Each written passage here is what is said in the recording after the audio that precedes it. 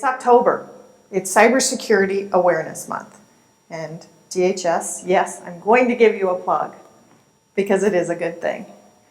We do have to remember as individuals, we play a part in this game. We have to be conscious of what we do and don't do at work. For no other reason, if you don't want to be altruistic and you don't want to say, I want to keep my corporate network clean, you can say, I don't want my boss to see what I'm surfing. But it is good to be conscious that clicking on links, going to sites that have a lot of traffic and could carry malware is a detrimental thing to our networks, and we have to be careful. It is important because passwords are so vulnerable that we use a complex password, that it doesn't have a word in it, that maybe we use a generator to create it, that it has upper, lower, special character, number, that it is sufficient in length. Some people say 8, some people say 15, some people say 12, so that it's sufficient that it meets the policy of your organization. This is important.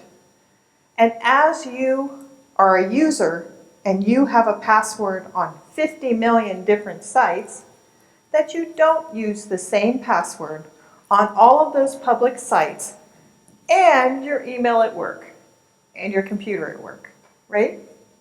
Let's be a little bit more complex than that. Don't write it down and leave it under your keyboard. Don't have a notebook that has all your scribbling in it. Create an algorithm so that you remember it. Use a password safe, right? These are things that we have to remember as individuals. Make sure your browser's healthy. Make sure you have your privacy settings set not only on your browser, but on your social media, so that the whole world doesn't know where you are when you're away from your kids. That's important. Patch your machines. Patch, patch, patch, patch, patch. And yes, it's a pain, patch your third-party software. It's very important. Third-party software is the #1 vulnerability that's exploited on your computer. It's not always your operating system. So patch your third-party software. And do watch what you post. Be careful with social media. Make sure those settings in the privacy section are good.